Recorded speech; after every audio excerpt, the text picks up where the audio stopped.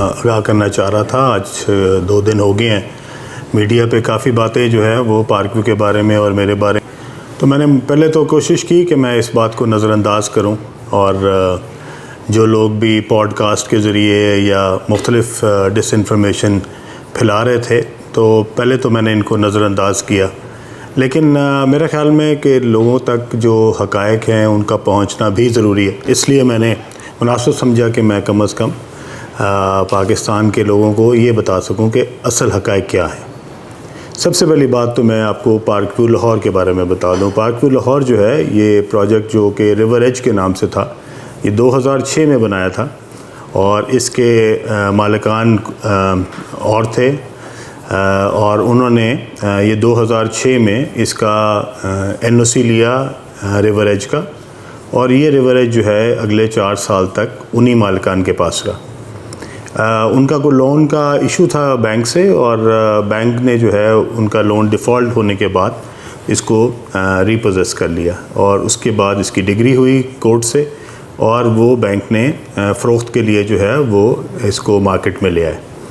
मैंने ये बैंक से ख़रीदा 2010 में, और 2010 में मैं किसी हुकूमत में नहीं था।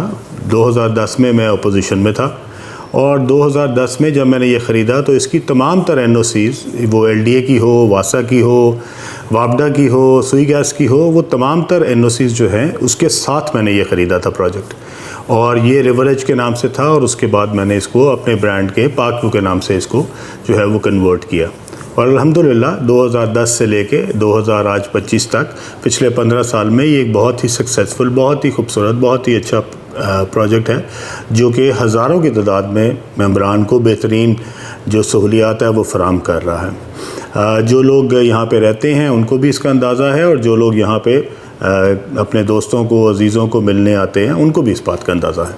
सो 2010 से ये प्रोजेक्ट जो है वो 2025 तक, इसमें 2022 में ये फ़र्क आया कि इसकी जो अप्रूवल्स थी वो एक अथॉरिटी जो कि LDA हुआ करती थी उसमें तब्दीली आई, और 2022 में इसको एक नई अथॉरिटी बनाई गई जो कि river Ravi urban development authority के नाम से हुई, और जिसको नाम रूडा रखा गया। और उस वक्त की हुकूमत ने उसको बनाया था 2, 3, 4 मकासद के लिए। मैं उन तमाम तकरीब में मौजूद था जिसमें उस वक्त के वज़ीर आज़म जो हैं वो आए थे, और उन्होंने हमें बताया था कि हमने रूडा क्यों बनाया। रूडा उन्होंने इसलिए बनाया था कि सबसे पहले जो है वो लाहौर शहर को एक तरफ, और दूसरी साइड पे शेखुपुरा को इसको महफूज बनाया जाएगा फ्लड से, और लाहौर के साथ जो एक बहुत खूबसूरत एक झील बनाई जाएगी रिवर पे, और वो तकरीबन 27-30 किलोमीटर लंबी होगी, और उसके आगे एक बैराज बनाया जाएगा, और इस लेक को दोनों साइडों से खूबसूरत करके इसके दोनों साइडों पे एक 300 फीट की सड़क बनाई जाएगी, जो कि दोनों साइडों पे होगी। एक बंद भी होगा और ये सड़क भी होगी जो दोनों जो साइड्स हैं उनको महफूज करेगी रिवर रावी के फ्लडिंग से, और इसके साथ साथ उसके दोनों तरफ बहुत खूबसूरत जो है वो इंफ्रास्ट्रक्चर बनाया जाएगा। उस इंफ्रास्ट्रक्चर में उन्होंने बताया था उस वक्त के वज़ीर आज़म ने कि ये तकरीबन $20 अरब का प्रोजेक्ट है, और इसके ऊपर हाई राइज बिल्डिंग बनेगी, अपार्टमेंट टावर्स बनेंगे, कॉर्पोरेट टावर्स बनेंगे, शॉपिंग मॉल्स बनेंगी, और ये सारी जो चीज़ें हैं इसके लिए रूडा ने जो है वो ज़मीन एक्वायर करनी भी शुरू कर दी है। वो जो ज़मीन एक्वायर की गई, उसके बाद वो ज़मीन एक्वायर के अंदर पार्क व्यू का कोई अमल दखल नहीं था। वो जो डेवलपर्स चुने गए जो कि वो ज़मीन को एक्वायर हो कर रहे थे लोगों से सरकारी तौर पे, और उसके बाद उसके अंदर वो पार्टनर बने, उसमें पार्क व्यू या मैं शामिल नहीं हैं। और वो कौन लोग हैं, वो कौन डेवलपर्स हैं जिन्होंने लोगों से 2-2 लाख की ज़मीन ली और उसके बाद उसको 2-2 करोड़ रुपये कनाल के हिसाब से बेचा? मैं कम से कम उनमें शामिल नहीं हूँ। आप उनके नाम जो है वो चेक कर सकते हैं कि रूडा की लिस्ट में शामिल होंगे कि वो कौन लोग हैं। पार्क व्यू के अंदर 1 इंच ज़मीन भी एक्वायर नहीं की गई।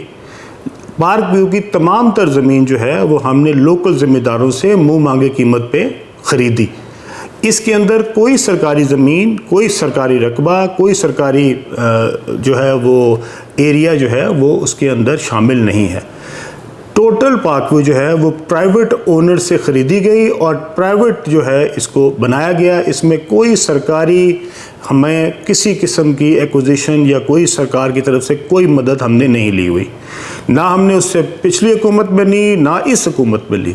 इस वक्त तक हमारे पास 1 इंच ज़मीन भी जो है ना वो सरकार की किसी भी अदारे की है, और ना ही हमने कोई ज़मीन किसी भी लोकल ज़मींदार से थ्रू लैंड एक्विजिशन कलेक्टर उसको कोई एक्वायर कराया।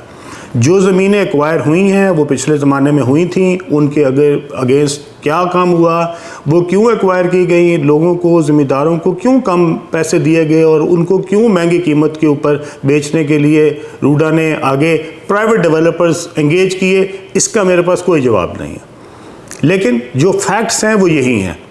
अब इसके बाद जबकि एक रूडा बनती है जिसका नाम ही river Ravi urban development authority है, आज जब लोग कहते हैं कि जनाब ये ज़मीन तो ग्रीन थी, इसको ब्राउन बना दिया गया, तो मैं उन सब से पूछना चाहता हूं कि मेरे भाई, ये जब रूडा बनी थी ये ज़मीनों को ग्रीन करने के लिए बनी थी?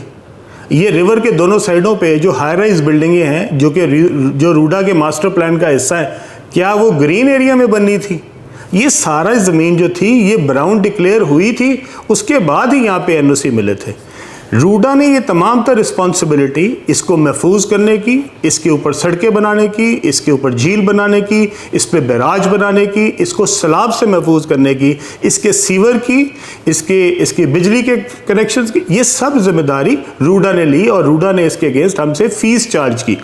अब तक हम अरबों रुपए के हिसाब से जो है वो रूडा को जमा करा चुके हैं। उसके अगेंस्ट रूडा ने यहाँ पे एक रुपए का काम नहीं किया। यहाँ पे कोई सड़क नहीं बनी, यहाँ पे कोई बंद नहीं बना, यहाँ पे कोई बैराज नहीं बना, यहाँ पे कोई झील नहीं बनी, यहाँ पे कोई 1 रुपए का भी काम जो है वो यहाँ पे नहीं किया गया। इसका जवाब रूडा देगी। हमने जो पैसे रूडा को जमा कराए वो मेंबरान की तरफ से एक मेंबर को, एक घर को जो है इसकी फीस चार्ज की गई और वो तमाम तर जो है वो रूडा ने वसूल की। अब आ गई ब्राउन और ग्रीन। ये रकबा जब से रूडा बनी है ये कभी भी ग्रीन नहीं था, ये सारा रकबा ब्राउन था इसीलिए ही रूडा बनी थी। अदरवाइज इसको सिर्फ इसलिए नहीं बनाया गया कि यहाँ पे जंगलात लगाने थे या यहाँ पे बागात लगाने थे, यहाँ पे कमर्शियल एरियाज़ बनने थे, यहाँ पे हाई राइज बननी थी। अगर रूडा के कमर्शियल एरियाज़ बन सकते हैं और अगर इस ज़मीन के ऊपर रूडा शॉपिंग मॉल्स बना सकती है या प्राइवेट डेवलपर्स मिल के इकट्ठे करके इसके ऊपर जो है वो अपने शानदार मंसूबे बना सकते हैं, तो पार्क भी अपने 5 मरले के मकान क्यों नहीं बना सकती? मुझे नहीं समझ आई कि ये सब लोग जो मेरे ऊपर इल्ज़ाम लगा रहे हैं, किस चीज़ का इल्ज़ाम लगा रहे हैं? हमने कौन सा काम गलत किया?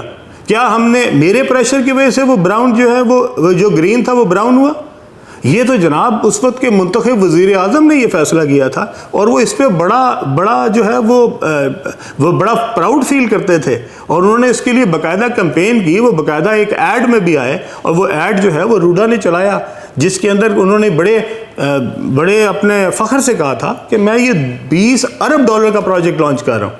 और उसके लिए उन्होंने वहाँ पे जाके ख़ास तौर पे ग्राउंड ब्रेकिंग की। उस फंक्शन में मैं भी बैठा था और अगर आप उसकी क्लिपिंग निकालें तो उन्होंने ख़ास तौर पे मेरा जिक्र भी किया वहाँ पे। तो इसलिए मैं अपने तमाम दोस्तों से कहना चाहता हूँ कि एक चीज़, एक मुश्किल वक्त हो तो किसी दोस्त के लिए अगर आप कोई अच्छाई नहीं कर सकते तो उसके लिए इतनी, मेरे ख्याल में इस कदर इस लेवल तक जाके उसको क्रिटिसाइज़ करना जबकि फैक्ट्स का आपको पता भी ना हो, ये बहुत ज़्यादती है।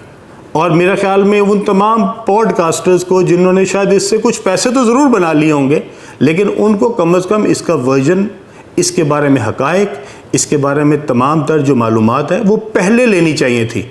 पॉडकास्ट बाद में करना चाहिए था और बताना चाहिए था कि ये मालूमात हमें पार्क व्यू से मिली हैं, लेकिन इसके बावजूद हमारे ख्याल में ये काम गलत है। और मुझे कोई एतराज़ नहीं अगर आपका पॉडकास्ट जो है वो इस बहाने आपको कोई 4 पैसे ज़्यादा दे देता है कि जिसमें अलीम खान को टारगेट कर गया, तो अल्लाह आपको मुबारक करे।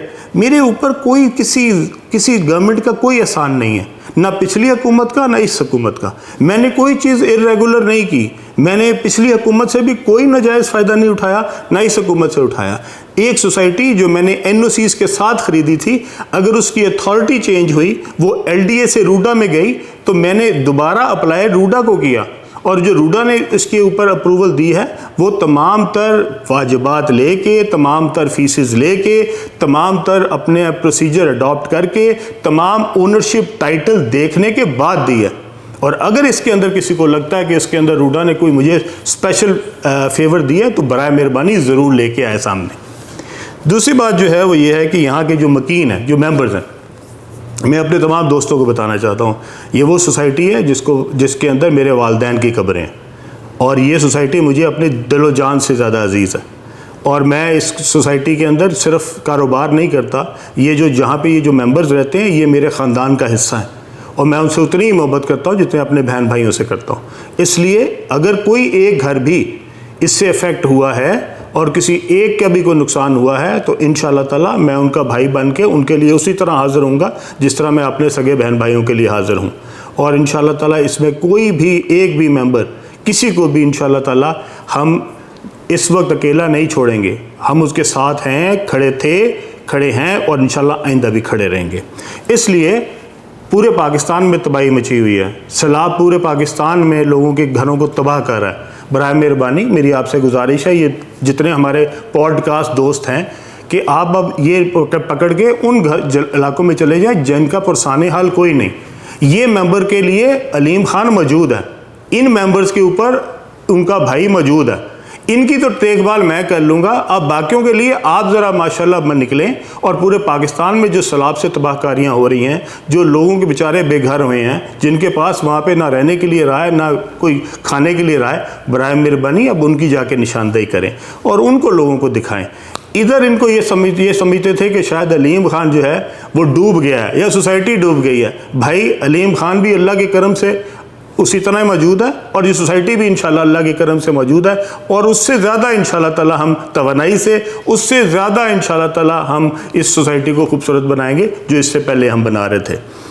इसके साथ वो लोग जिनका काम सवाए नेगेटिव फैलाना है, मैं उनसे कहना चाहता हूँ कि अगर कोई लोग मुश्किल में हों, कोई मेंबरान मुश्किल में हों, कोई लोगों पे कोई अल्लाह की तरफ से मुश्किल आई हो, तो इस मौके के ऊपर कोशिश ये करनी चाहिए कि आप किसी की हेल्प करें, किसी के लिए मददगार साबित हो।